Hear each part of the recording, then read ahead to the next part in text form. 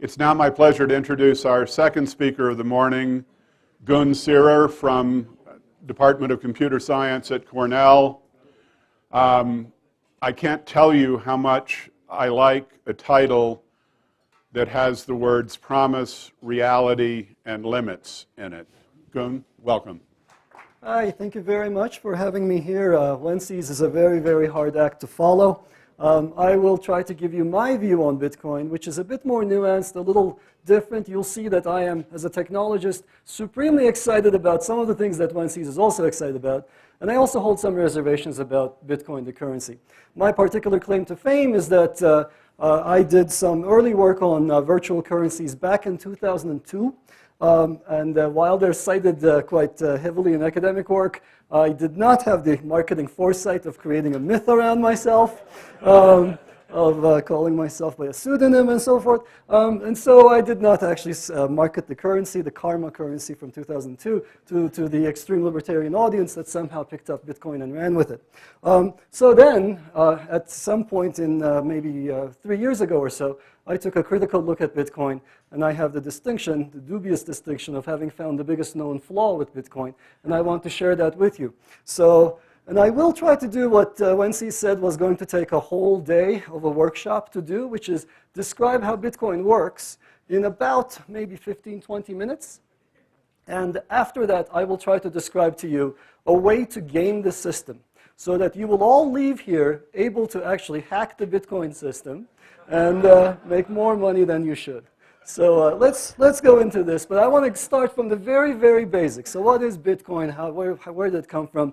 Well, you all know that the white paper was published in 2009 by a pseudonymous entity calling itself Satoshi Nakamoto. Nobody knows who that is, if it's a singular person or it's a group of hackers or whatever it is. But somehow Satoshi created a creation myth, and he managed to build an economy that's as big as 3 to 11 billion, depending on the day. At its peak, it was maybe about 11, $12 billion worth of market capitalization. The amount of money that has gone into Bitcoin, this is the part of the slide I have to update every single day. It's close to $1 billion that went into startups. So this is clearly an area where a lot of smart people are thinking that there's going to be a lot of technological innovation. And there's a very healthy emerging financial ecosystem. The term blockchain, you cannot step foot around New York City and talk to bankers without hearing the word blockchain. I'm not sure that they understand what it means, but nevertheless, they are repeating it as if it's the next big savior. And there's a big ecosystem of merchants, people who sell, accept, exchange Bitcoin, escrow agents, notaries, derivatives markets for Bitcoin, and so forth. So it's a healthy system. And even some large names like Microsoft and Overstock and others are actually taking it. Maybe, to me, I think much more telling is that there's a set of early adopters. And these involved more dubious characters in our society. So darknet markets, people who sell drugs, gambling sites, and ransomware. These people have glommed onto Bitcoin. And so while we might argue, is that socially good, socially bad, that's besides the point. I see this as an indicator that there is some core fact here, that there is some really cool technology able to serve the needs of some underserved people. So what exactly is, where does Bitcoin lie? Well, it's at a funny spot at the intersection of computer science, economics, and sociology. And there are some really great ideas, especially in the computer science sphere. Yeah, there we go. In the computer science sphere. And there are some really terrible ideas, especially around in this section of town. And I will try to sort of combine them. And it's impossible to look at a complex system like Bitcoin as anything other than tech breakthroughs combined with sociological phenomena. And I'm very glad to see that there are lots of humanities people, there are anthropologists in this audience, because this whole area is very well worth studying. It's really fascinating. So I want to give you a tour. My talk is going to be centered mostly around here. So I think the other folks here have done a great job, and I'm out of my element when it comes to this. I'll touch upon it. It's impossible not to. So when we think about money, where does money come from? So it's pretty clear, and it goes without saying, that if money grew on trees, it would have no value. So we've seen over time that we need scarcity, that we need some objects that are hard to forge, hard to create out of the thin air for them to hold value. So back in China, there's the knife money. I think that is on the table back there, as the centerpiece. Some of you, of course, know that we've used all sorts of trinkets. These shells are, it's a set of supply that cannot be inflated. You cannot just manufacture one of these items, and the number of those things that you could collect from the sea is limited by physical processes. Many of you will look at this shiny metal and see intrinsic value. And so every time I look at this picture, I sort of weigh the gold bar in my mind and think about, is it $1 million? Is it $3 million today? How much does that cost? And it's kind of interesting, but I want you to know that there were lots of people on Earth who looked at those previous trinkets, perhaps the knife or perhaps the seashells, and saw the same amount of value. So money is very much a social construct. It is not something that is intrinsic to any metal, any item. And I want to talk to you about one particular form of money. I think this is the centerpiece on one of the tables over there, yeah. So this is the Rai stone from the island of Yap in the South Pacific. So these folks use these ginormous stones with a hole in them as currency. Now, why do they do that? Well, because it's on this island, they actually don't have big stones.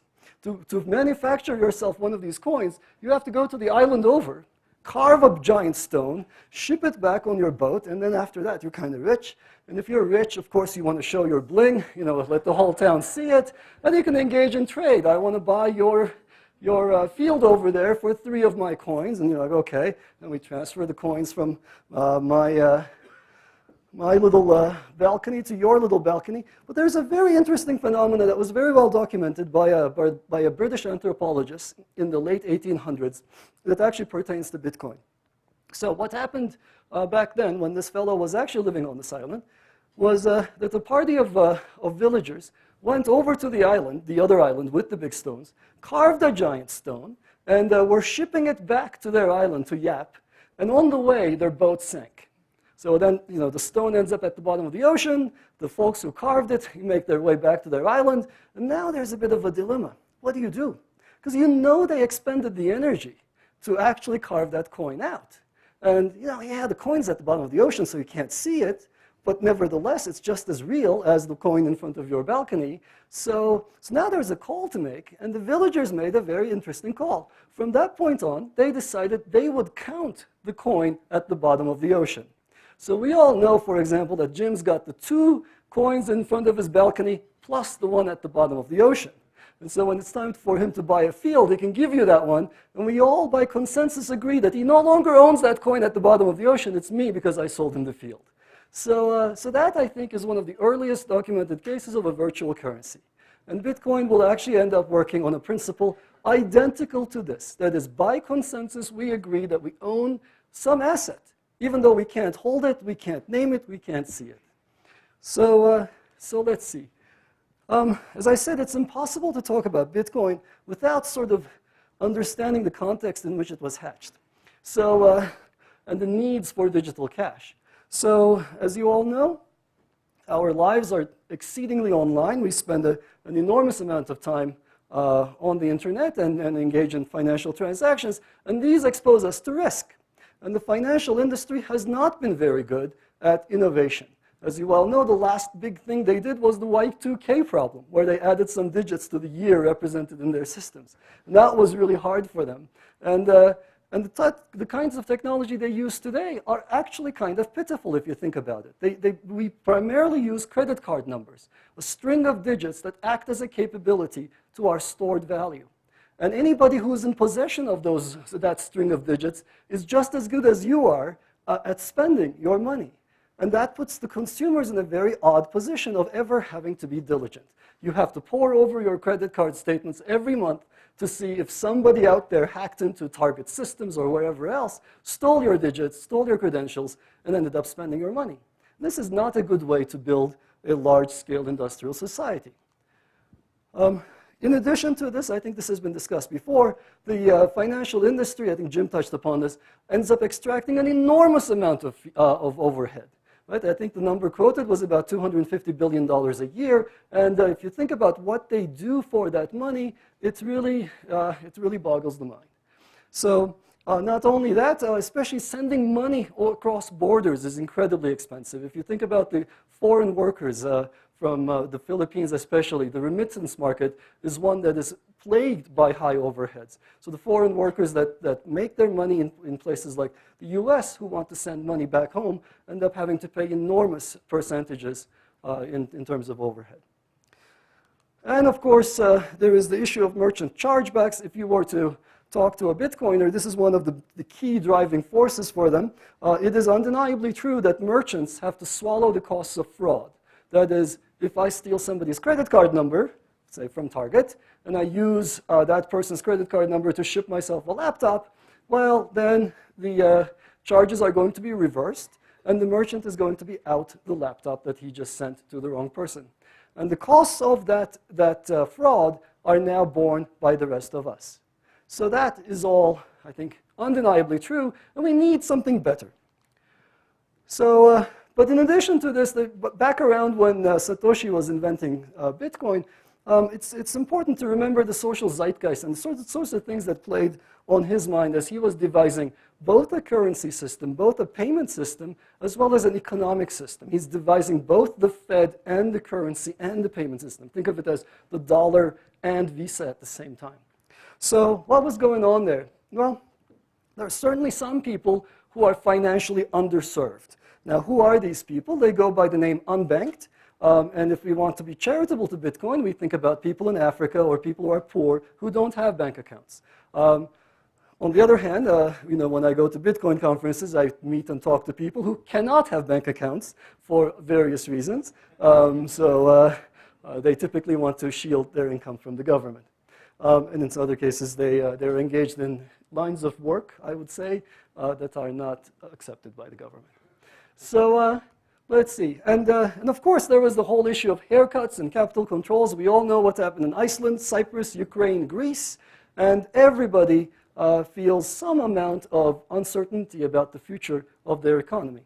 And wouldn't it be nice if we could replace these central bankers with something that we could trust, that we could understand and predict at least? And of course, there was the fears of an inflationary spiral, especially in 2008. There was no shortage of people forecasting a complete crash of the dollar that, Bernanke and helicopter money and so forth would bring the end of the dollar. And in fact, I think a lot of the people in this audience will remember pictures like these. This is from the Weimar Republic. This is people sweeping up loose change, stacks of cash. And so I had seen pictures of 5 million marks. I thought that was terrible. Later on, I myself, of course, ended up seeing, I guess the largest currency I saw in the Turkish lira was 10 million, right? So we had that.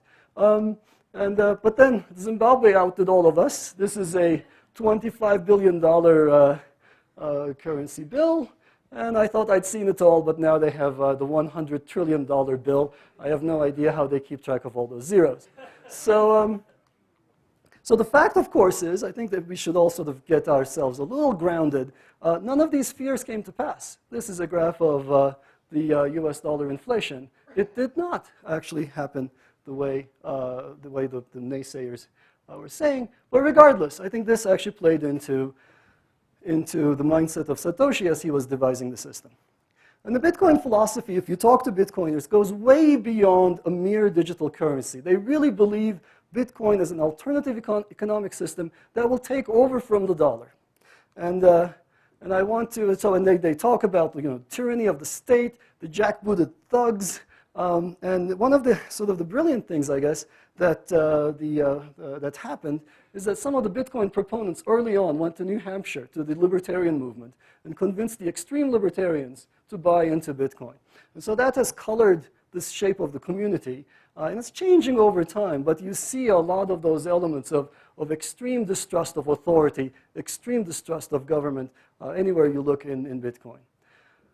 So part of this, of course, mindset is to limit the state's ability to print money and inflate the currency, and to bring transparency to government. And if you actually talk to again, the extreme Bitcoin proponents, you will hear them talk about ending all wars. If I could trace all of my tax payments, I could see where they go, and I could say, no, do not spend my money on the defense infrastructure, for example.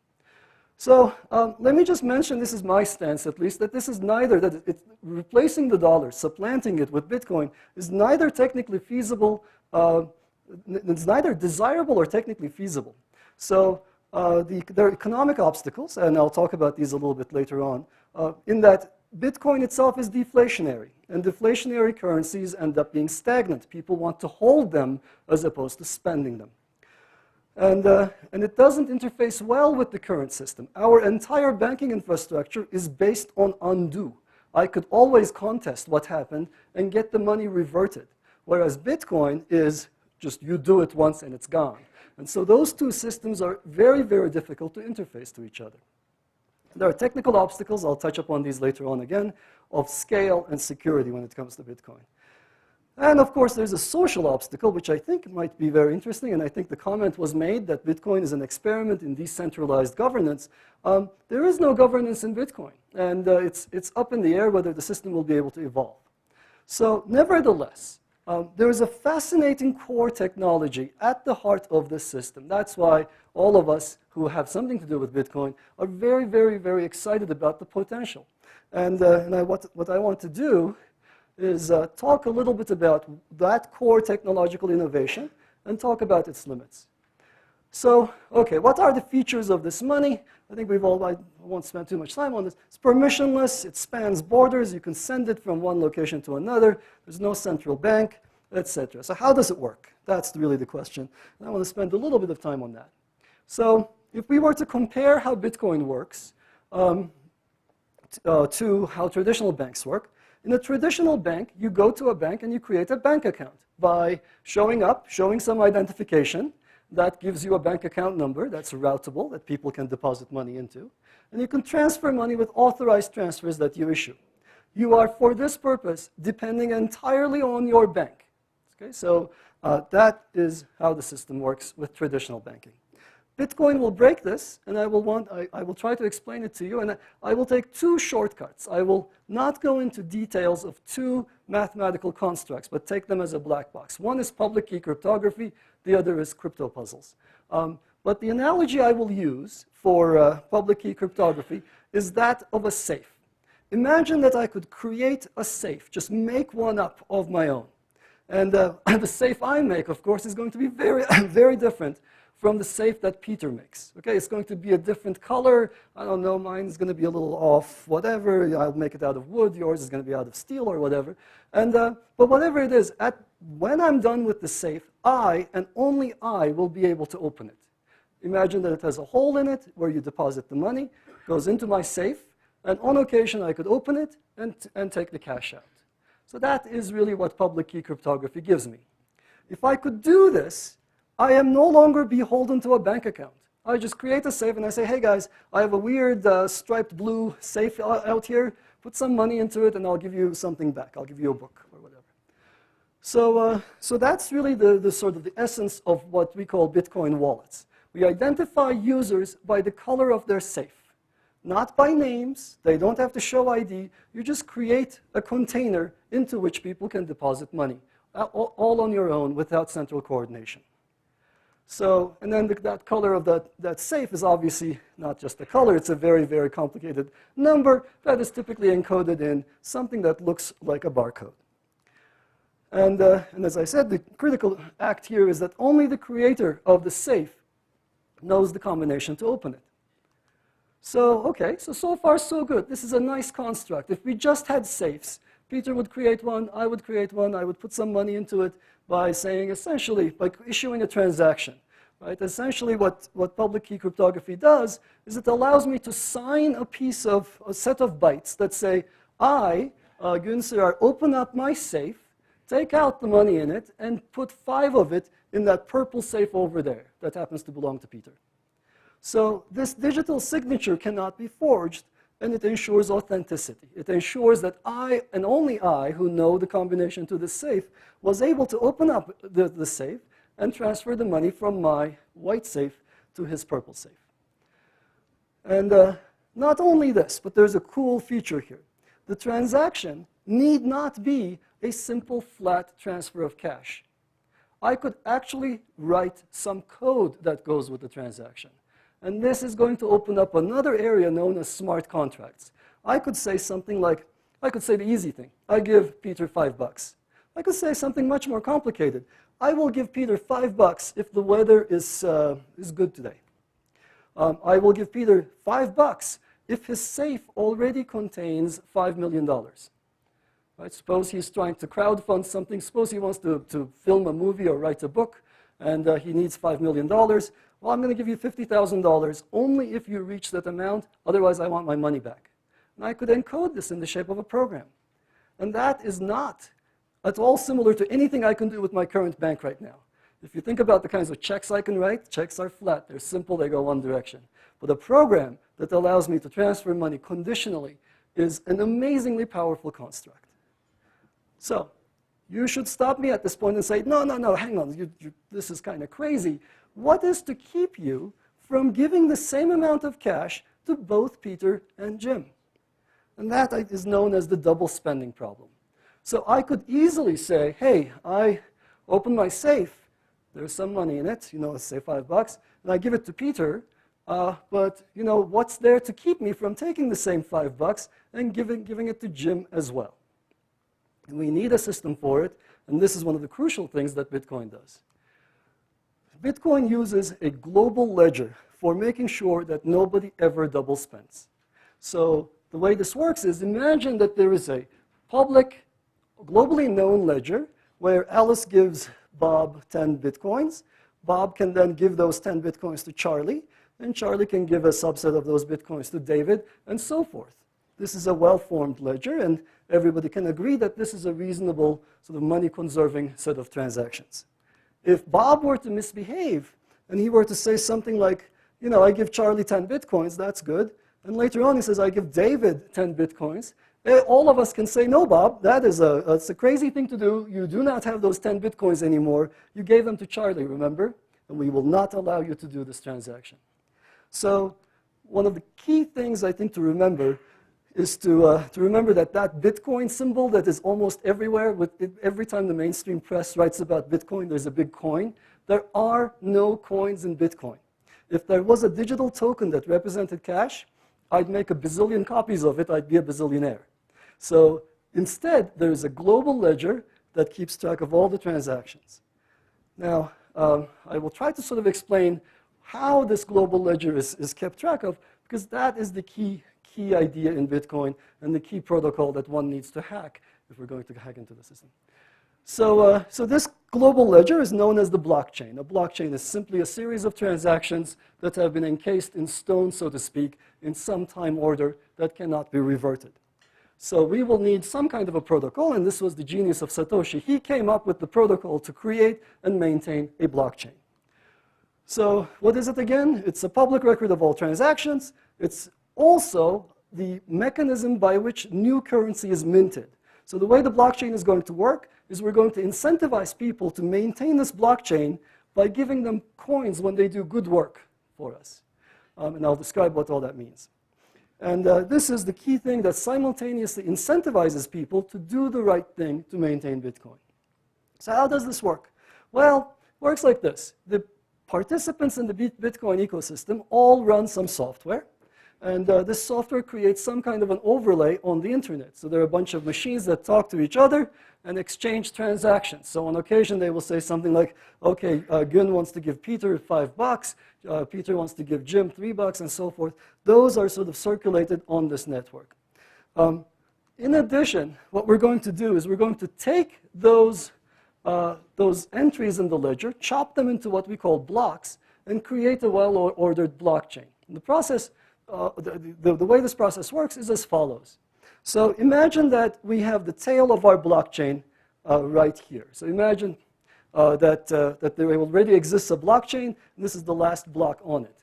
At the beginning of time, there was a Genesis block that Satoshi created, and everything else comes after it. And so what happens is people issue these transactions, and they look kind of like this. This is Alice transferring to Bob 5 Bitcoins, Alice transferring to Bob 10 other Bitcoins she has. And the people on this network, in this overlay, they collate these transactions into blocks like this. And and they add a special magic transaction to the top of the block that says, look, I'm going to be doing a very, very hard task right now. I'm going to be adding a block to the blockchain. And for this, everybody agrees that I should be rewarded. And there's going to be this magic transaction that makes up some money from out of the thin air by God and gives it to me, the miner, M0. And we all agree that there is a specific fixed reward for this act of finding the next block. This is currently 25 bitcoins, and it's something that over time goes down to 0. So this miner has created this block, and Peter is creating his block, and Jim's creating his block, I'm creating my block. Well, which one is the definitive? What makes a good block? What makes a good block is a block with a magic cryptological construct known as a crypto puzzle. Now, a specific crypto puzzle is, once again, a little bit hard to describe. It is essentially, I mean, for those of you who in the audience who know what a one-way hash function is, it's a one-way hash function with a particular output. But the sort of the proper analogy that I always use is essentially think of everything that came before this crypto puzzle. Think of all of this, the previous blockchain, plus these transactions, as defining what appears to be a Sudoku puzzle. Okay? Now, Sudoku puzzles are kind of tough to solve. And computers are not, well, okay, Sudoku puzzles they're very good at solving. But imagine a hard-to-solve Sudoku puzzle where the computer needs to try a whole bunch of numbers to see if they fit. So the way you mine a block is you try a whole bunch of numbers up in this area to see if the numbers have a special required form. Okay? Say they fit the confines of the Sudoku puzzle, or in reality, the one-way hash function yields a result that is below a certain threshold. So if you could come up with a good crypto puzzle, then you suddenly have a good block in your hands, and that can be appended to the end of the chain. Now, if somebody wants to sort of add a block that doesn't have a good crypto puzzle, we can all verify his puzzle and be like, hey, Jim, you did not put all the numbers in the right places when you were coming up with your Sudoku puzzle solution, and we're not going to accept your block. You're trying to write financial history, but you're not doing your part. Whereas Peter worked really hard. He has a big stack of machines. He tried a bunch of numbers, found the right solution, and I will take his block, and I will reward him with the 25 bitcoins that he deserves. I hope people are somewhat with me with this analogous description. And once things start to work that way, as soon as Peter finds his block, of course, what's he going to do? To collect his reward, he wants to send this block to everybody else. And he says, hey, guys, I found a block. I'm richer now by about, I don't know, $1,200 or so, $10,000, sorry, $10,000 or so at current rates, $7,500. I don't know, depends on the daily rate. And so we can all work on building the next block. And the next block, of course, will require a different crypto puzzle. You cannot reuse this. Because this block is building on this one, the shape of the puzzle has to change now. You have to solve a different puzzle in this block than you did in that block. So this means that everybody on the Bitcoin network is constantly trying to solve these puzzles to be able to add a good block to the end and collect that reward. And this process goes on like this. Now, this is the core process of building a blockchain. And a good question that you might ask is, well, why is this safe? What makes this blockchain immutable? Right? Well, so under good conditions, the blockchain kind of grows like this. We're always adding to the end. What keeps an evil person from changing financial history? Why can't I, for example, pay somebody? I pay David, and and my payment is recorded in this block. I give him 10,000 bitcoins, let's say, so he's very, very rich now. And so he gives me, I don't know, the deed to his house or something. I'm pretty happy. And now I go back and I try to rewrite history. And I don't give him those $10,000 in this alternative block, and I try to give them to, I don't know, to my parents instead, let's say. So now that would actually divert the same cash to a different location. And if I could have this alternative reality accepted, then David would be out of a house, and I would be able to retain my coins. So at whatever cost, we have to rule out this behavior. But if you think about what's going on here, it's actually not very hard to rule this behavior out. And this is one of the magic, one of the sort of geniuses of Satoshi. the whole time that I am working really hard to come up with the solution, the crypto puzzle for this alternative block, all of you honest people are working on coming up with an alternative crypto puzzle for a block that goes at the end over here. And there is no hope for me to ever catch up to all of you. There are many more of you out there, and your hash power, your power of solving Sudoku puzzles is far, far, far above mine. So I could never construct an alternative chain that is longer than that one. And that is what protects Bitcoin. In a sense, an attacker cannot rewrite history because he does not have enough power to actually rewrite the tail of the blockchain. So whatever my power might be, it's going to be a tiny fraction of the overall hashing power. So it's infeasible to modify the past because of the particular construct of these crypto puzzles. So that covered a lot of technical stuff, and I hope most of you are with me. And so you can see, as I said again, that this person trying to rewrite and come up with new blocks is forever at a disadvantage, and the system will disregard any short forks in the blockchain. If I can't go back to 2009 and change financial history because I'd have to rewrite every block since 2009, and that's a very, very taxing task. So, okay, so there are a couple of other questions. How should the money supply be governed? So Satoshi faced this. And keep in mind, there's no central bank, there's no Fed, there is no elves, there's no Greenspan, right? So none of that.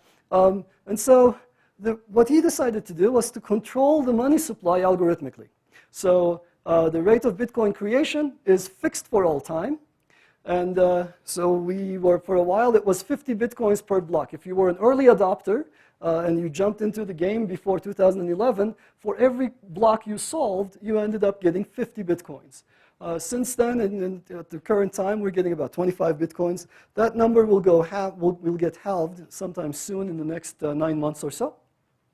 And by 2041, it'll go to 0. At that point, we expect the miners to work for transaction fees, and there won't be a big reward for finding a block solution. And so this is what gives us that 21 million Bitcoin limit that has been talked about so often. And so this, of course, creates a deflationary economy because we know exactly how many Bitcoins are going to be created. So this has created an interesting mining industry. If you were to get into the game early on, so back in, in 2009, 2010, you could have mined these puzzles with just a CPU. And Satoshi, in fact, did this himself. Hal Finney, one of the earliest adopters, he did it also with a CPU, and you could have made a lot of money with your, a lot of Bitcoins with your laptop. Bitcoins back then were, of course, worth almost nothing. There's the famous story of the fellow who ended up spending about 10,000 Bitcoins for 2 pizzas, and that is about $5 million, probably the most expensive pizza in the history of mankind. Now, the way these puzzle solution problems work, of course, is if everybody is using CPUs and you have an edge on them, you have a faster device for solving them, well, you'll make much more money than them. So a lot of people realize that, hey, I could use my GPU, my graphics card, to actually solve these puzzles. And so I don't know if you are aware, but there was a shortage of graphics cards about 3 years ago as people rushed to buy graphics cards to then use to solve cryptocurrencies. Those cards were replaced by FPGAs, so the faster devices that are suitable. They're generically repurposable, but people were repurposing them for Bitcoin. And then they were replaced by ASICs, and this kind of creation became commonplace at dorm rooms everywhere. There are interesting stories. My colleagues at CMU were refurbishing their lab, and underneath the floorboards, they found a lot of miners because the students realized, hey, I get free electricity if I tap into my lab's ginormous electricity supply. So this was replaced by these special ASICs. Today, more of them. Today, most mining is done. Hang on. Most mining is done in industrial outfits like this. This is a mine in China, and what they're essentially doing is, if you think about it, it's an amazing act that's taking place. They're really exporting coal over the internet. They're converting coal into Bitcoins that they then sell to people in the US. And this is really what secures Bitcoin. The fact that you and I cannot go back and use our clusters or set of machines to compete with this ginormous infrastructure is what allows the blockchain to not be rewritten. And so, of course, there are some bad stories as well. So this is these were posted on the internet by, I think this is in the Philippines. It was, you can tell that was a very bad, crappy job of connecting up a bunch of miners. It went up in smoke like this, turned into this. There are a lot of stories of miners gone awry. So I want to talk a little bit about the mining process. In particular, I want to talk to you about, so what really goes on in the mind of a miner, how the world looks from their view. So if you were to buy a miner today, they cost about, a dedicated machine that solves these puzzles for you, they cost quite a bit. This one, at the time I created the slide, cost about $2,500. It consumes some power, and the problem really is this machine is going to find a block in about 7 years. Think of it as a lottery, a machine for solving a lottery. And your expected winning time is 7 years. It's a long, long time. So what do? Well, what you do is you pool your resources. We say, hey guys, everybody over on this side, let's put our miners together. Everybody who wins something gives it to Peter. Okay, and we trust Peter to redistribute the winnings. Because there are many of us, it won't take us 7 years. We'll find something, I don't know, every couple months. And every couple of months we redistribute the cash we find. These things are called mining pools. And they are absolutely crucial to the operation of Bitcoin at the moment. There are a couple of them. Again, at the time I made the slide, there was a very big pool called Discussed Fish, another one called Ghash, and so forth. And so where does this leave us? Well, it leaves us with a very interesting and emerging economy where we have these miners organized into pools, solving these puzzles to create essentially a distributed data structure that keeps track of the world's financial history. And this process is very, very nicely self-contained. It provides its own incentives to the participants. Everybody gets rewarded for their participation. And there's distributed minting happening without a central authority. We do not have the Fed here. There's no double spending. We can trust that the ledger is well ordered because we are all watching the ledger and we're all verifying it. So it's a wonderful, wonderful invention. And there are some really cool use cases. I can pay someone on the internet without fear of recurrent charges, right? I'm not giving away my credit card number to anybody. I simply issue a transaction that says, okay, I take whatever's in my safe, I give you a portion of it. I can sell somebody a tangible good without fear that the payment will be reverted. You want to buy my laptop? Send me some Bitcoins, I'll ship you the laptop. I know you cannot take my Bitcoins back because it's in the ledger. How are you going to take them back? By rewriting those crypto puzzles? Good luck. It's not going to happen. I can send money overseas. I can do remittances despite currency controls. You want to send money to the Ukraine? You can. You want to send money out of Greece? You can. So that's a very, very powerful feature. And I can avoid excessive bank fees because there are no banks. I was not beholden to any third party for any of this. So that is a very, very powerful construct. So a question you might ask is, where do the Bitcoins derive their value from if they're not backed by authority? You can't pay your taxes with them. So not from a central bank and not from a central contract.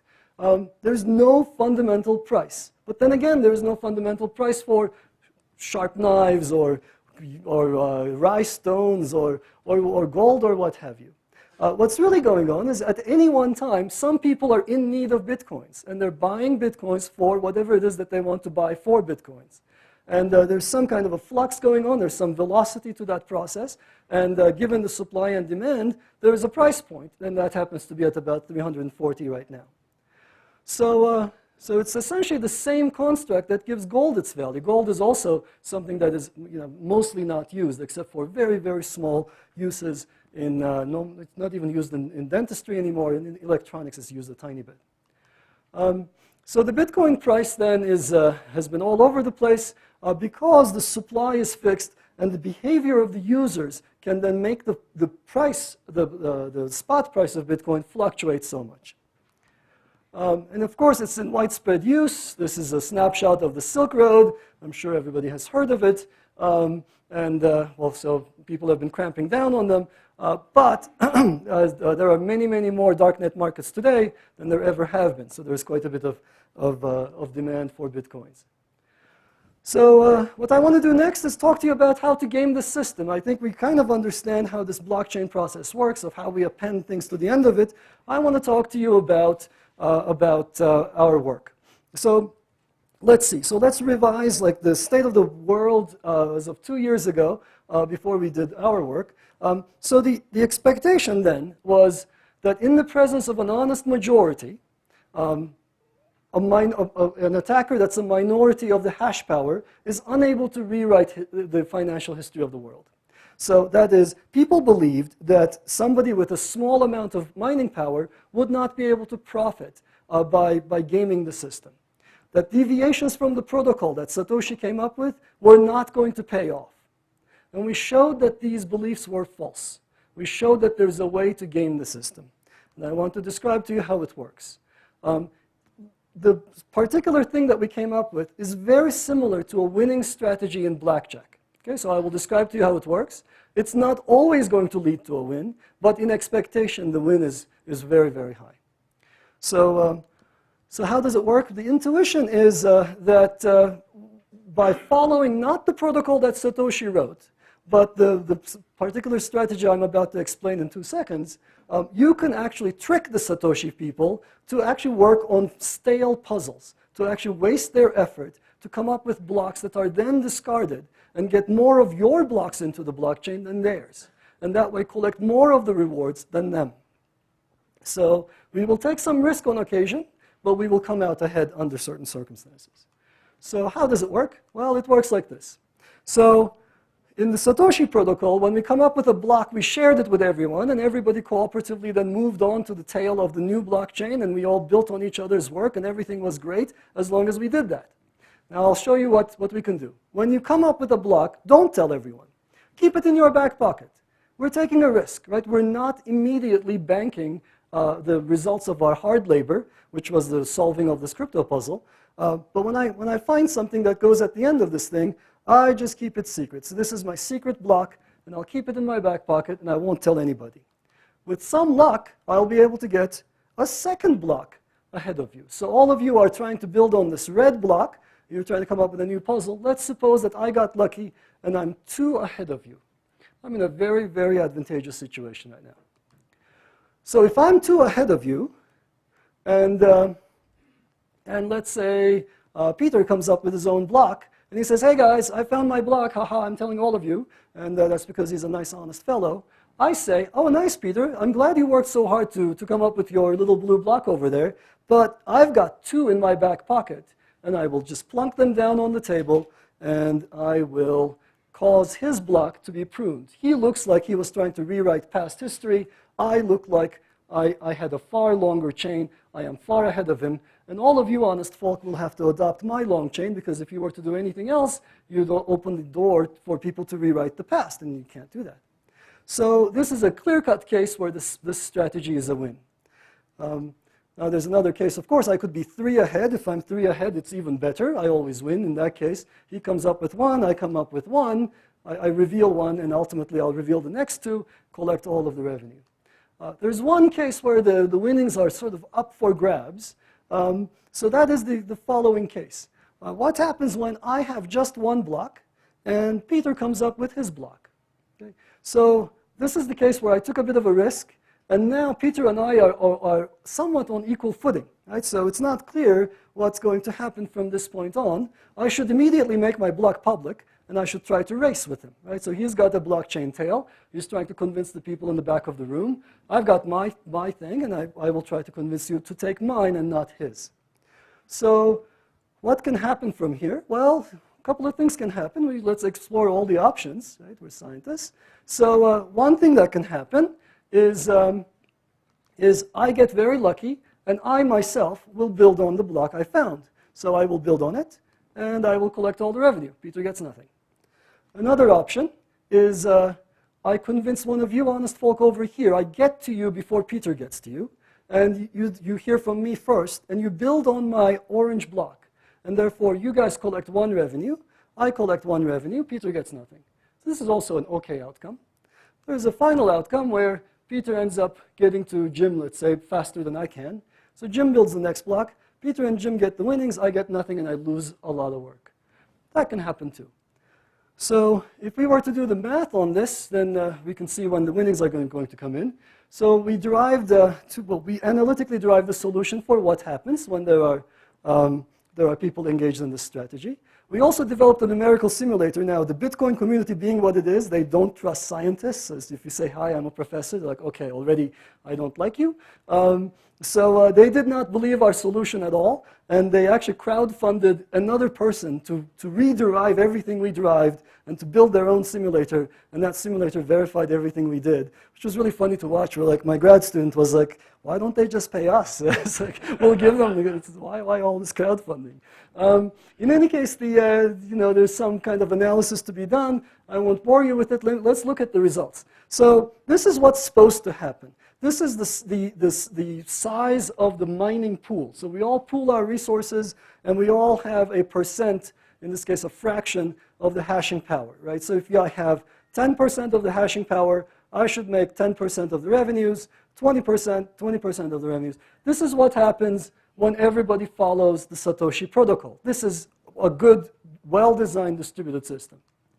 If you follow the strategy I described to you, and you are so unlucky that you lose every head-to-head race, that every time you go head-to-head with somebody like Peter, you lose, then this is the most conservative scenario. This is the worst thing that can happen to the selfish miner. This is your winnings. You can see that you will lose money if you are smaller than 33%, but above 33%, you will guaranteed win.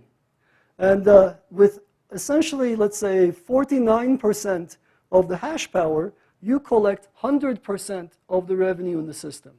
So this is a very steep curve. Now, of course, things aren't so bad. Remember that Peter is just an honest guy. He's following the protocol. I'm an evil person.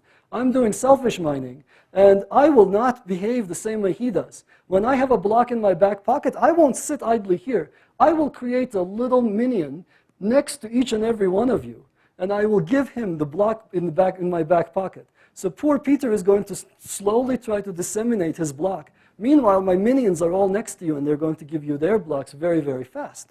So things can be much better for me. And in fact, if I were to win every race, this is how the winnings curve looks. The winnings curve is always better than Satoshi's protocol. No matter how small you are, you always make more money. So with 10%, you make about 11% of the revenue. With 20, you make about 23% or 24% or so, and on and on and on. So it's a very powerful strategy. Not only is it powerful, but there's a very strange dynamic going on here. It's a very dangerous dynamic. That is, imagine that I'm a selfish miner, and I have 10% of the hashing power. I would make 11% of the winnings right here. And imagine that you are a selfish miner, and you, by yourself, acting alone, would also make 11%. But if we combine forces, we would not make 22%. We'd make about 24%. So by combining forces, we get an extra bonus effect. And that extra bonus is what gives us the incentive to combine our forces, to pool together. So the selfish miners will tend to go to the right, to coalesce together, until they are so big that they control the majority of the hashing power in the network.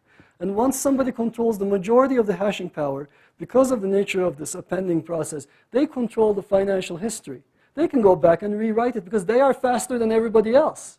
They got enough power on their hands than anybody else. They could outdo the rewriting of the crypto puzzles compared to the minority. So suddenly, it's actually a very dangerous world. So, where does this leave us? There's an impossibility result. There's a fundamental limit. And the limit says, if there is a mining pool out there with hash power greater than 33%, well, they can unilaterally go selfish. And they could lose every block race and still make more money than they should. And so that's an interesting finding. If you can win more of these races than you lose, then you can actually be profitable at smaller smaller percentages. And 2 selfish miners will make more money by combining forces. And the attack is feasible now. At the time I made this graph, this G hash, this particular mining pool was at, I forget what it was, but it was 43% or something. So that's a huge percentage. These guys could unilaterally decide, okay, we're going to be selfish right now. There are a couple of other mining pools that also are fairly sizable, and therefore we need to be ever diligent about Bitcoin miners engaging in this strategy. Okay, so let me wrap up. So where does this leave us? Oh, I should mention to you the outcome of this. I got a lot of hate mail. I got a lot of mail of the form "you" noun phrase, and that noun phrase is never nice. It's never something, oh, you brilliantly found a flaw here. No. It was a rough couple of days. I got attacked personally at every level. It was absolutely horrible for a while. But over time, I think science is what it is. Right? There is a problem with the protocol. We have to call it out, and it's inescapable. The math that protects Bitcoin is the same math that leads to this problem, and it's undeniable. Over time, I think the Bitcoin community has realized the value of scientists actually taking a closer look at the protocol itself, and we have found a fix for selfish mining when the miners are less than 25%. So we can deter miners as long as they're smaller than 25%. And there's nothing anybody can do if the miners are larger than 33%. So let me talk to you a little bit about where do we go from here. So currency is an amazing application of blockchain protocols, but it's only the first application. There are many other much more exciting constructs that we could build on top. And essentially what we have here is a new API to money, a programmatic API to money that does not require permission from the powers that be. And this is very, very, very useful. Smart contracts are something that I talked about before. I mentioned contingent payments, right? A payment that I make contingent upon some outcome. In addition to this, you could imagine insurance contracts, right? So pay Peter if ever, or if over the spring 2016, the weather in Florida does, if it dips below freezing and his orange crop is affected. Right? And this is a smart contract. You don't have to trust me, the insurance company. You don't have to trust whether or not I'll pay out. It's just the contract. As long as it's backed, the money will pay out. There are a lot of people who are excited about the Internet of Things. You could imagine that there will be a future of devices that will want to procure services, and they will want to actually exercise purchase things. And how do you do that? What is our API to money for robots, for devices? Well, Bitcoin can be that API. And the killer app I would posit to you is probably none of these. There's probably a cool killer app yet to come. And once you understand how the technology works, what you can build on top, maybe you will be the person to come up with the killer app. Now let me temper this with a couple of issues. I'll mention only 2 of them. I think these are the 2 main issues on the horizon for Bitcoin. And again, this is from a technologist's point of view. One of the big issues is scale. The system as we have it right now is not suitable for large-scale economies. The rate at which you can issue transactions in Bitcoin is somewhere between 3 to 7 transactions per second. Now you compare that to Visa. Visa does 2,000 transactions per second on an average day. Per second, averaged out over a day. And this is not counting Black Friday. Okay? So there is at least 3 orders of magnitude that we need to gain. And it turns out, that we need to sort of go up to that level, 3 orders of magnitude. And you can't just reparameterize the Bitcoin protocol and get there. We cannot make the blocks 1,000 times bigger and get there. If the blocks are 1,000 times bigger, they will take so long to transmit from one person to the other that people will just will end up forking. I will end up having to solve a new block without the benefit of knowing what Peter solved, and we will just fork, and we will never converge. So these high numbers like Visa does are not achievable just by reparameterizing or tweaking things. There are some solutions. In fact, one of them is from my group. It's called Bitcoin Next Generation. There are other solutions like sidechains from Blockstream, another company in this space, that can allow Bitcoin to scale up. But then there's another question of the lack of governance in Bitcoin makes it really hard to make these kinds of changes. There are lots of players with conflicting interests, and time will tell if Bitcoin will be able to evolve to compete with Visa. The other issue that faces Bitcoin is security. So this is a picture of King Tut's tomb being opened. So if you want to secure your Bitcoins today, you have to follow this 37-step process. And it's very much like creating a pyramid and killing off the guys who built it for you. It involves a dedicated machine with epoxied USB ports. And if you think about, well, this is supposed to be my API to money on the internet.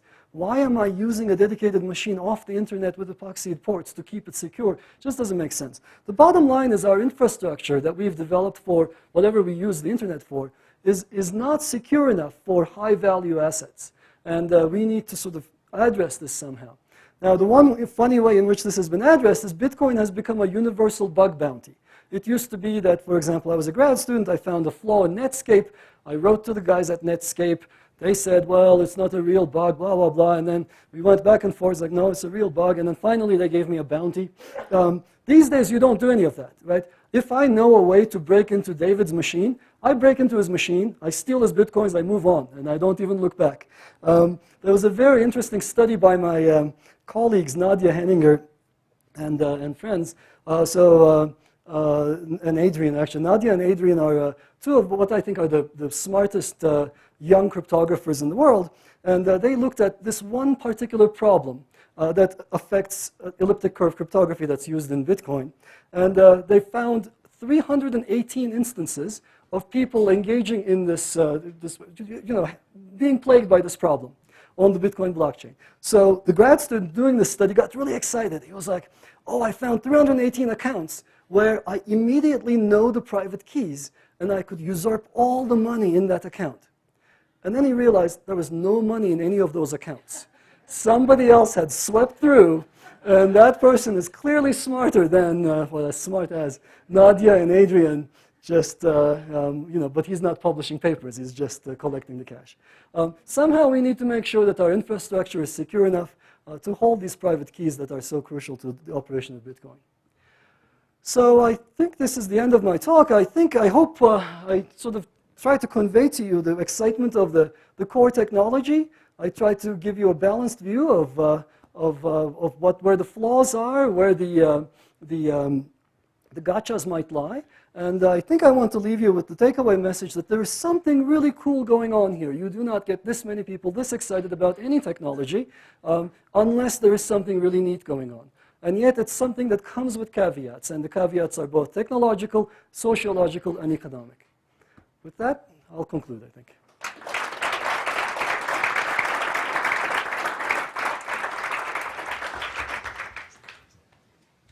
Yes? At the end, you addressed security. And suppose that the Bitcoin technology is really secure. There still has to exist a whole infrastructure around it to hold your cash, to engage in transactions, to make sure there's no man in the middle, and all the kinds of problems that we have with other digital technologies. How is that going to be solved? That's a very good question. I think they're all parts of the same puzzle. I think there are two pieces to this. There's client-side security, so what happens to your Bitcoins at rest while you have them. And then there is what I would call the server-side security, the infrastructure for exchanges, for merchants, etc., who are transacting with live Bitcoins. And typically, they're not even using cold wallets. They can't because the money is really hot. They need to transfer it. So the kinds of things that make client-side security the kinds of things that will improve client-side security help also for server-side security, but the latter is actually much harder. We had a bunch of cases where, for example, there is a movement afoot in the distributed systems world where people are using really lightweight databases.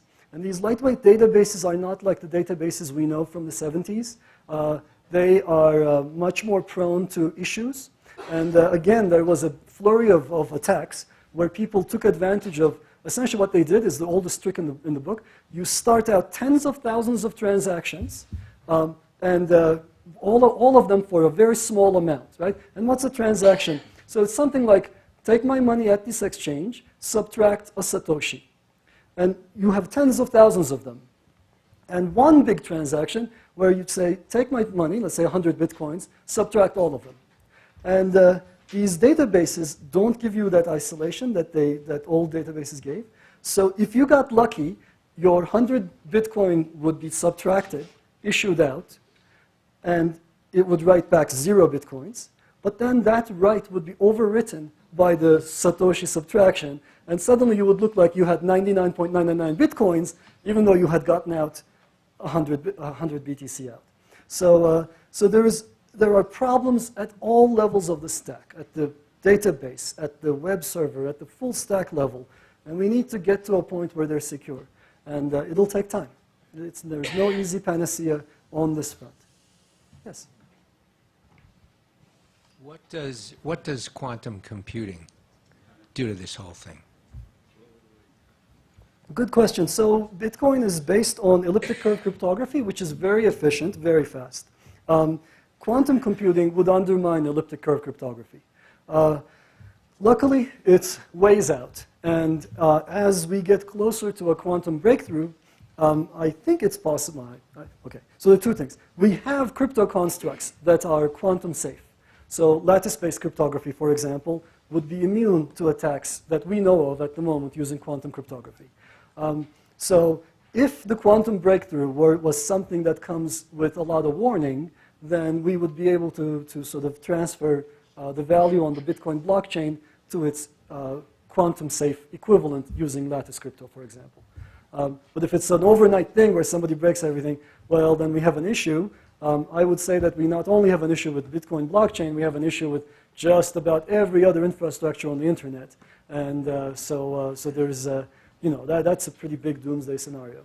But would you have to go back and use the more difficult public key system for all the prior No, it's not so bad. It's not so bad. There would be some kind of a flag day when there would be some kind of a transition from old-style keys to new-style keys, from elliptic curve crypto to lattice crypto, let's say. And I think that transition is manageable, as long as you know that the quantum breakthrough is coming. But if it's just a surprise kind of a thing, then that's different. But most people don't think it's going to be that way. It's still a ways away. Yes? Yeah, so first of all, awesome talk, thank you. And two questions that are related. The first is, are there signatures in the Bitcoin dynamics of the activity of selfish miners? And the second is, your selfish miners, by sequestering their blocks, are introducing delays to the system. And in any way do these delays undermine the integrity or robustness of the Bitcoin? Good, excellent questions. Let me handle the second one. The second one is, are you introducing delays by selfish mining? Luckily, no. Initially, you will, but the way the Bitcoin puzzle difficulty is selected, it's a self-tuning system. So you're right that by keeping other people's blocks out, you're slowing the system down, but then the difficulty will go down, and it will go back to a block every 10 minutes after 2 weeks. So it's only a small delay for about 2 weeks, and then you're back to smooth sailing again. The other question is, are there giveaway signatures, that there's somebody out there engaged in selfish mining? It's a very good question. There are some, but they're not so easy to see. So for example, one thing you might think is, if there are a lot of forks, then we can identify that, hey, this Grim guy is clearly killing Peter, right, just a lot. But it turns out, the way the Bitcoin protocol works, the evidence of these forks is obliterated inside the network. People in the back over there will never know that Peter had a good solution, because people around Peter would be like, that's a short fork. So it's hard to get at that signature. The other signature that is a giveaway is the time between blocks. So if you see successive blocks in just back to back, that's an indication that there's a selfish miner. So there are a number of people who are actually monitoring the blockchain for selfish activity. And if we see such a thing, I think everybody is so on board that we will clamp down on it and go after people. Are they compensated? Say again? Are they compensated? No, they just do it because it's intellectually interesting. Yes? Emin, thank you for your talk. I have a question, maybe it's a foolish question, but to prevent these bad pools or selfish miners, what struck me that at a certain point in your story you said you can add to the transaction a piece of software. And thereby you can actually make the transaction also a call or a put option. And in it there can be a message, or well, once it turns out that this is not a good transaction, it will not be fulfilled. Yes? So what's the question? No, That is correct. yeah, but wouldn't that solve the problem of the bad pools or the selfish miners? No, because it's really hard to... Oh, you mean put that kind of a... There's a new role perhaps for the banks as well. If they unite in these kind of things and have a compliance list I see. which can be checked, and then you have an idea. There might be here something going on that we don't like. I see. I see. So the question is it possible to change the protocol such that the block reward is only given under certain circumstances? It's definitely possible technically. It's socially essentially impossible. Given the makeup of this community, any suggestion that breaks fungibility, that limits who can have what, that ties that decision to any central authority or anything like a central authority would be summarily rejected, and if they found you in person, they would tar and feather you. So they are not keen on that kind of authority being given to anybody. That's very unfair to say, right? Why is that unfair? Because who is they? If you could use the mic. Because who is they? They, in this case, would be the Bitcoin community in general. I think the people I know... How many people are in the Bitcoin community? Quite a few. So Am I one of them? you are one of them. Are you okay for it? So let me ask you then. At Zappo, would you be okay with a blockchain protocol where the block reward is tied to a regulatory body okaying that particular transaction? Probably not, depending on who that regulatory body is, but There there you are go. other ways to solve that. Yeah, but I will not attack you. I will not. Okay. Saying That was a if metaphorical. you had called me, I would funded your research, right? It's unfair. To Okay. it's very, very unfair to imagine You are there right. is a group that controls Bitcoin. No. The beauty of it is there isn't. I agree. I know it frustrates you a lot, but it excites me a lot there isn't such a group. No. I agree, Wences. So that was a metaphorical construct, but I think in a decentralized way we can tar and feather people, and I don't think the Bitcoin community, just like you would not at Zappo, the people I know that I've spoken to many, many times, would definitely reject any regulatory body of any kind okaying transactions or requiring a certificate of approval for a miner. That is so contrary to the Bitcoin mindset, as you yourself have said. Yes. So as you know, I'm going to say the bullet point up there says no governance, but what it should say is a different kind of governance that has different kinds of dynamics, many of which we don't even understand because they're in fact quite novel. And the conversation that you gentlemen are having right now, I think, is a great example, right? We're dealing with something that has to do with the sort of the intrinsic coherence of certain kinds of communities, their values and the things that hang them together, the diversity of opinions within them, and their ability to come to different kinds of decisions using different kinds of tools, and then the capacity that has to address the circumstances they find themselves in, which again, why I think that the exciting part here is the degree to which it's an experiment in what we can do right now with that problem. I agree. I think so it's both a sociological experiment and a technological experiment. The technological sides I understand, and I think those risks are somewhat well contained, and we can sort of foresee the future a little bit. The sociological side I am much less sure of, and I think we are all much less sure of, because it is an interacting, complicated thing with a lot of participants, and time will tell if this thing can self-govern.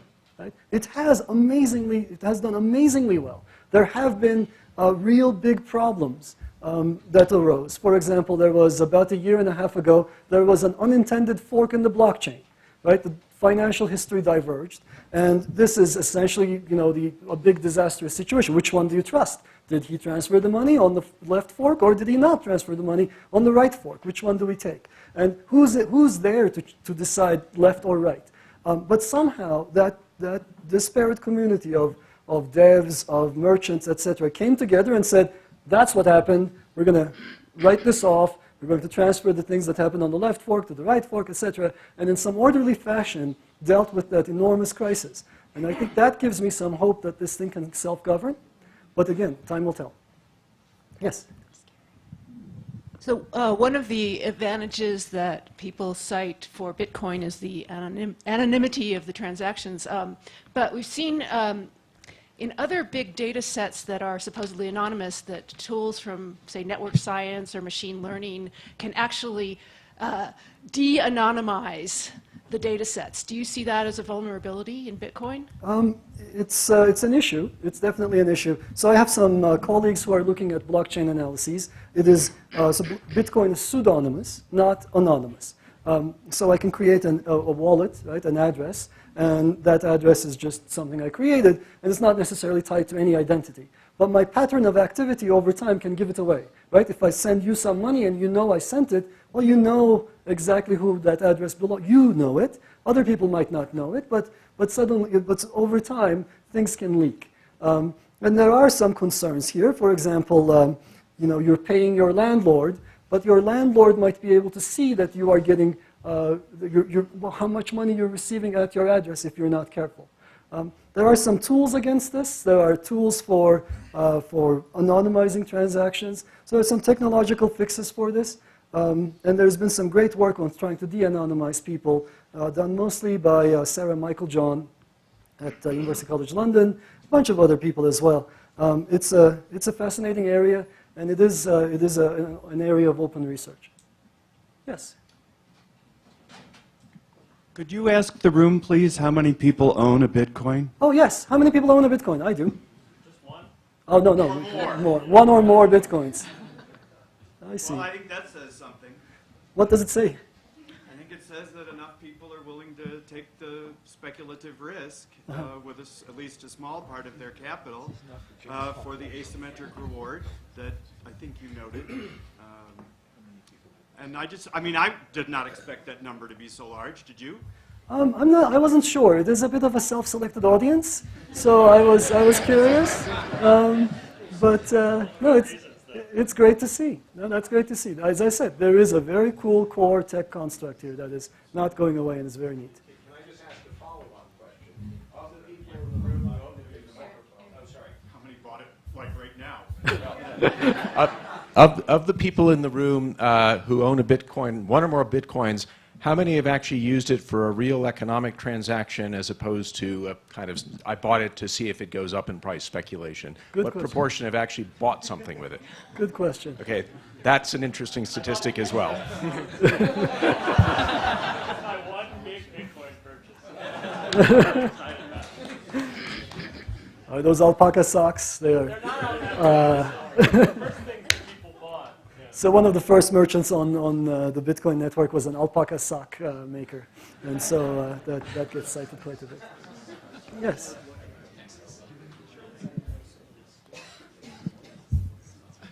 So you've emphasized very, very nicely how the blockchain and mining are essential central pieces of the Bitcoin story.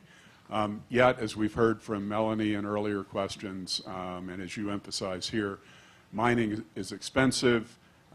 It's not clear that it's sustainable at the kind of scale that we imagine if Bitcoin becomes as extensive as some would like. Who's working on alternatives to blockchain organization and mining that in effect, reaches the magic solution of having all the positive properties of existing blockchain without requiring such extensive computation as mining now requires? So that's a very good question. Let's see. So I think to be fair, sort of a strong Bitcoin proponent at this point would say, hey, the amount of energy spent on mining is fairly small compared to the amount of energy spent on gold mining. And so I should probably mention that. But nevertheless, deep down, if you were to look at how much energy is being spent, it's far more than what it would take to update an entry in a centralized ledger. Right? So why are we spending all this energy? Because we want to be uncensorable. And that is the key feature that Bitcoin has. There are other alternatives to consensus mechanisms. There are other currencies that rely on essentially what's known as Byzantine consensus in small quorums. So we designate some group of people to hold our accounts. And hopefully we designate a bunch of disparate people with conflicting interests such that they would compensate. For example, the Russian state bank as well as the the Fed plus, I don't know, the Colombian cartel got mentioned yesterday as a potential entry in such a quorum system. And you'd have many, many more. So there are schemes like this. So there's a currency called Ripple that is based on quorums like this. There's a currency called Stellar. There are a number of other what are called permissioned blockchains. Because in this case, you really are seeking permission from a closed set of people. Those systems do not offer the same censorship guarantees, anti-censorship guarantees that Bitcoin offers. So they're not comparable. But they get at something close to Bitcoin, right? You can still transfer money. Your trust is distributed in some fashion, not as widely, not as elegantly perhaps as Bitcoin, but nevertheless that's happening. They are more amenable to compliance, right? So lawmakers like them more than they would an open system like Bitcoin that is hard to control. Whoa, okay, yes? These conditional transfers.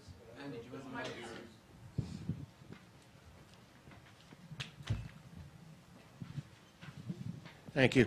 The conditional transfers of Bitcoins, like, you know, if my orange grove is frozen or something like that, is there anything more to this other than this is just basically a contract that's settleable in Bitcoins as opposed to some other currency? So that's a good question. I get this question in this form from people who are familiar with how current systems work. The answer is yes and no, right? So there's really nothing more to this. You could do everything you can do with a smart contract in the current financial system with a trusted entity, right? If I trust someone to determine the outcome, then that's fine. If there's an escrow agent who's holding the funds. So, for example, the contract I mentioned before, the condition, so funding of Peter's movie, the money should revert back to me if he doesn't reach his funding goal, right? So I have to trust some entity to see if at the end of the day he reached his funding goal.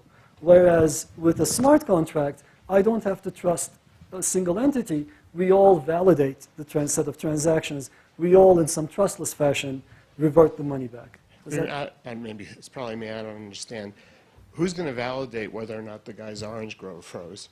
Okay, so good question. When it's time to interface the blockchain with the external world, you need some entity to import facts. And there are some really exciting game theoretic constructs. There's something called a shelling coin. Okay, sorry, let me go back. We could do that in sort of a quorum system kind of way. So there's a set of I don't know, whatever it is, atmospheric monitors or whatever that we trust, if that is amenable to you. But there's a better way. I think it's called the shelling coin. And the way that works is you ask the crowd. And you give everybody a small reward for siding with the majority, with telling the truth. And as long as we think the majority of the people who are engaged in this process are honest, as long as I know that 51% or more of you will tell the truth about what the weather is like, then it's in my best interest to say, yeah, it got really cold last night. And in that way, that creates a sort of a incentive for me to participate and tell the truth. And that allows us to import facts from the real world. It's a bit complicated. I'm happy to take this offline. But it is possible to do that fact importation in a trustless fashion. Yes, Jim. Here's a very minor point, but one I think it's just worth surfacing. When we talked about eliminating fraud when you sell your laptop, what actually happens is all we've done is reverse the polarity of fraud. We've made it harder for buyers to commit fraud and easier for sellers. And if we think about the macro implications of that, what that essentially does is increases the brand equity of big players like Amazon and Walmart and reduces the brand equity of smaller players, and I'm not sure that's a good swap. That's absolutely right. So a lot of these transactions rely in some measure or form on reputation. And indeed, the seller reputation becomes more important. And when the seller reputation becomes more important, having an established operation is an advantage compared to smaller players. Good for Walmart. I don't know if I would say that. I think, but you're right that there's value attached to reputation as in any economy. Yes. To understand how users can resolve questions like the fork in the blockchain that you mentioned, I wonder if the work of Lynn Ostrom might be relevant. She studied how interested parties can manage common resources like lakes and forests, and the same dynamics would seem to apply here. I don't know this work. I'm very happy to chat with you offline. She won the Nobel Prize in Economics in 2009. Okay, I'm very happy to chat with you to understand how it applies to this case. I don't know how it applies. Yes. When you show those, sort of the sort of the mines that have been set up and the wiring in China and so on, is it possible, if we mentioned Amazon, that some sort of massive cloud hosting system that has downtime and peaks and so on could just be running that mine constantly in the background to have higher capacity utilization, and then sort of swamp that system, and in doing so maybe push away some of the fraud risk that you outlined? Great question. This was a big issue in the early days when Google's sum total computing power dwarfed the amount of hash power that Bitcoin had. That's no longer true maybe as of 3 years ago or so. The amount of dedicated hardware and the amount of hashing they can do far exceeds what Google, etc., Amazon can do with their general purpose hardware. It's just orders of magnitude difference. Yes. Yeah, we say there's no regulation, but isn't it really fixed regulation from the creator? I mean, the initial creator, in essence, embedded regulation into the system. Correct. And then two, since you don't know who that creator is, and I realize how brilliant everybody is, but how do we know there's not a back door, a very highly sophisticated back door into the system that someday will be triggered?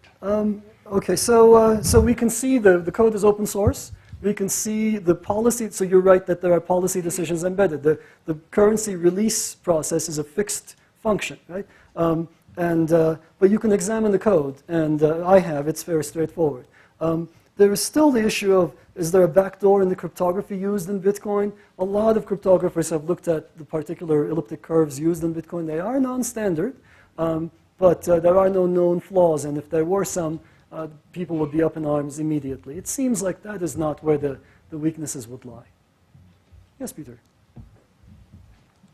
If I could just tag onto that answer too. I know, I'm sorry, I've been doing this a lot today, but one thing that's very interesting is that when the first group of core developers who took over after Satoshi went dark, and that did happen, first dug into Satoshi's code, they found that it was actually fairly amateurish. So it's almost certain that he was not from a strong computer science background. He was really probably from an economics or maybe libertarian philosopher type background. And so a lot of the original actual language has been rewritten and analyzed and rewritten. And so we say that there's no changing to this. In the early days, there was a lot of changes to that. As you said, the software designer is this initial regulator. And they weren't fundamental changes, but they were important. And so I think that the possibility of a backdoor surviving those changes is non-existent. About 15% of the code of Bitcoin code today was written by Satoshi. 85% was written by others. Was this like a Council of Nicaea?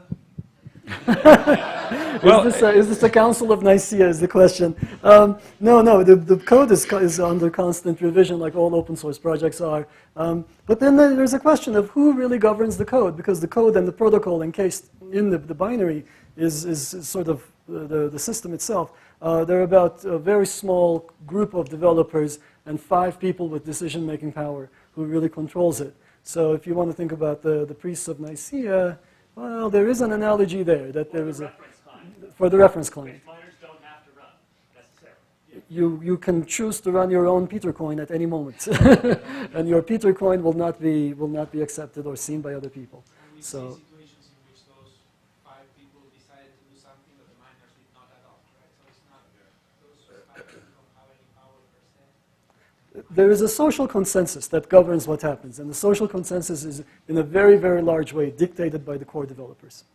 And so you could at any time fork, and you could, for example, try to change and, I don't know, come up with with schemes that give miners more coins, but they would not be adopted. And keep in mind that miners are not the sole determinants of what the blockchain looks like, right? The people who consume the blockchain are also verifying it. If you come up with you buy some mining hardware, come up with new blocks which award yourself thousands of coins, I would not accept your coins, and therefore I would uphold the sort of socially established limit. It's a very funny system. The limits are a combination of technological and social, just like they are with almost any other economic system. And to be proper, even if you had all the mining power in the world, you had 100% mining power, what you can do is get all transactions and spend them again, and you can stop transactions from being spent, but you cannot spend coins that had not been spent. You cannot steal people's coins. So sure. It's quite restrictive even then what you can and cannot do. Sure, you could, yeah, correct. Yes? We've focused the conversation on Bitcoin and cryptocurrencies, but as you noted, this is a much broader technology. It's a way of creating a distributed, trusted ledger. And as the Economist magazine noted in an article recently, the economy and social systems are full of ledgers. So this clearly has much broader application. They noted, for example, you could use this to create property rights in developing countries that currently have no property rights, all sorts of really interesting things. I wonder if you might just talk for a few minutes on applications of this technology outside of cryptocurrencies and what's interesting. Absolutely. So there are a couple of very, very cool offshoots of the same technology. One of them is DNS names, so names on the internet. There's a project called Namecoin that allows you to purchase some domain name, and that purchase is recorded on the blockchain for all to see and is associated with a key that controls that domain. And that is, so that breaks that tie to network solutions, etc., that would normally be in the path of issuing names for you. There are other ideas out there. One of them is called colored coins, and this is actually a very exciting idea, I think. With a colored coin, I can say something like, I can take some Satoshi, a tiny fraction of a Bitcoin, and I can say, look, this Satoshi represents the deed to my house, or this Satoshi opens up, unlocks the engine to my car, and you need the corresponding private key, and that's how you turn my car on. And from that point on, the possession of the private key that controls that Satoshi is actually what gives you ownership rights over physical objects. I can transfer the deed to my house to you by sending a transaction. I can sell my car by giving you the private key, or a transaction that sort of transfer the colored coin. Another thing you can do, in fact, I used to get a lot of calls from people. They would pick up the phone and be like, hey, I have a great idea. I'm like, okay. What is it? So they would say, I want to sell gold on the blockchain. And if you think about this, it's a great idea. It's very hard to sell gold, right? If I wanted to sell gold to you, I have to ship it or something, right? I have to pay somebody to ship it, and it's just a big, messy, complicated transaction. If gold was a colored coin of some kind, I would simply issue a transaction, and you would have the rights to access the gold, the vault, or whatever later on. So there are lots of interesting ways of taking the same strategy of ownership over coins and applying it to ownership over physical objects. I should also mention the Internet of Things as well, right? So that's another blockchain idea which I think is very compelling. So if you think about all the devices you buy, all of those devices are tethered to and controlled by some entity. Like, for example, the thermostat on your wall is communicating with Honeywell, right? And why? Why am I beholden to Honeywell's operation? Wouldn't it be much better if that device was on the blockchain in some sense, and I communicated with it without having to go through that trusted entity? Well, I don't know what's happening behind Honeywell's servers. I don't know who has hacked into it. I don't know who's monitoring my movements around my house. And I would be much better off if the devices were autonomous and were represented on the blockchain. Yes? Have you spent some thought about the influence of Bitcoin once it really takes off on the stock market, and especially the option stock market? Indeed, so that's a very good question. There are a lot of interesting efforts underway to issue securities on the blockchain. And we might actually see this happen much more quickly than what I think most people would guess. And so that also has some really nice benefits. The derivatives and so rich financial instruments that are programmatic in nature are a perfect fit for blockchain technologies. Thank you. Bill, do you have the last question?